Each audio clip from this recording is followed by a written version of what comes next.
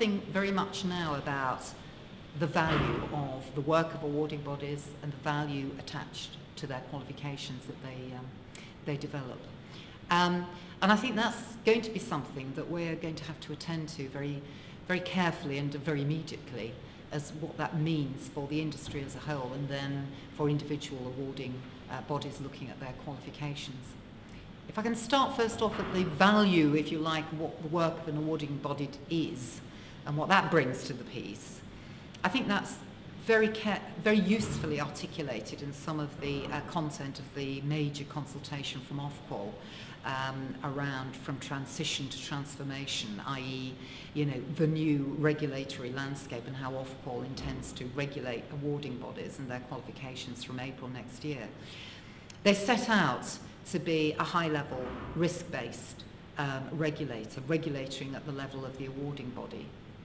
And they intend to do that largely to give public confidence then through their work into both the qualifications and the operations that those awarding bodies then follow, because they are subject to regulation.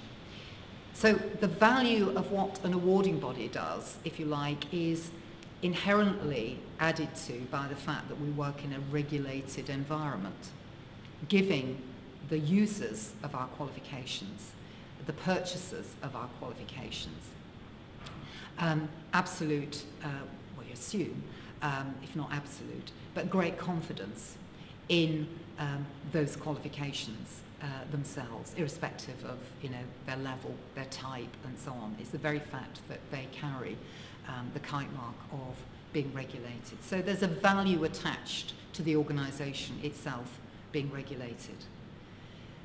The next, and of course I suppose the most important interpretation, is the value attached to qualifications, because in a time of austerity, and certainly when we start looking at where the public purse and government is going to invest diminishing amounts of public money made available to support the achievement of qualifications, be it by 14 to 19-year-olds or 19 plus, then there's a really big piece of work to be done to untangle what we mean by value attached to qualifications.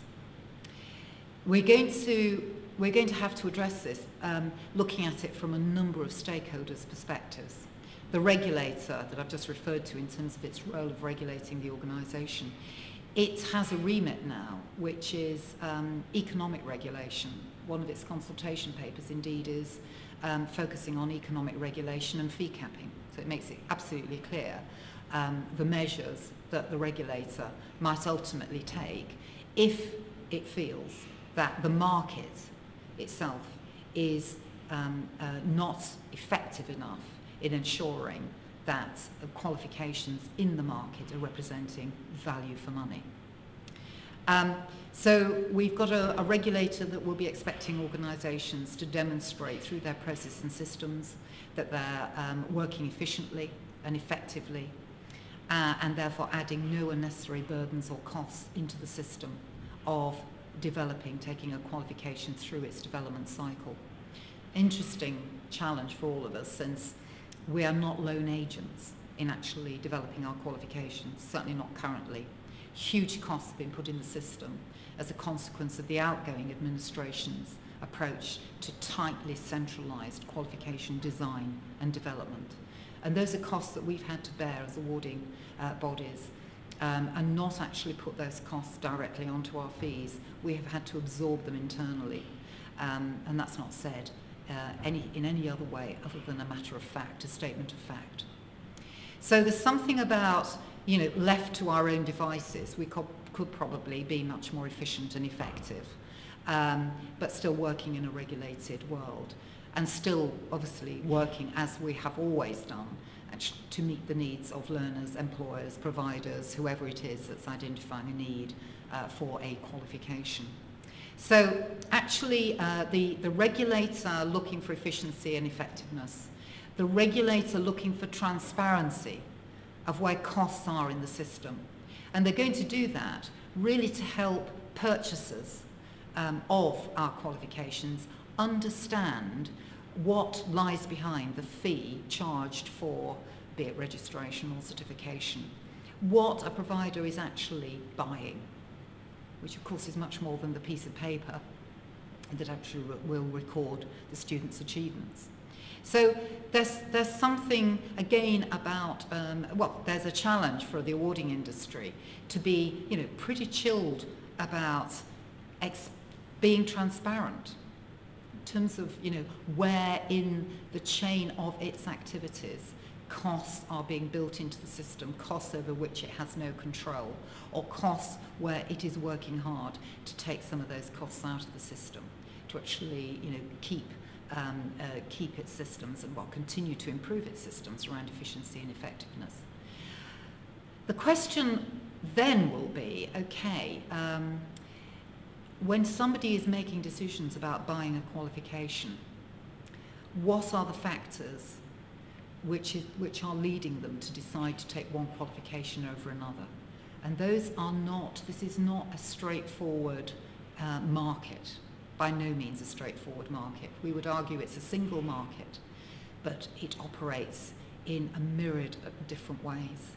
And actually, to say there's a very simple model, formula, which determines, you know, that's the qual, that's your typical purchaser, that's the most economic and sensible, I'm not an economist, so I can't use the right language, but the right sort of purchasing decision. The purchasing decision itself is subject to a whole host of factors. And we as awarding bodies and the industry generally, we need to possibly understand more what are the factors that actually determine buying behaviour and align our qualifications more to those sorts of behaviours. The question, of course, is will those behaviours change? When there's less money in the system, greater pressures on the system, we think that's absolutely inevitable. So if the buying behaviours are going to be impacted by, you know, the stark economic reality of what money's available, then, you know, we cannot ignore that, and our model in supplying to the market needs to change as well. So, and I think increasingly we're going to be looking at the success of the qualifications that we have in the market, enabling those individuals who have achieved the qualification to go on to the next stage. So I think you'll see value increasingly being determined by the successful outcome, be it progression or however we're going to, you know, define it. But having achieved that qualification, what has the individual then been able to go on to do? Can that be quantified? And can we then add that to the pot in terms of how we define the value of vocational qualifications? Thank you.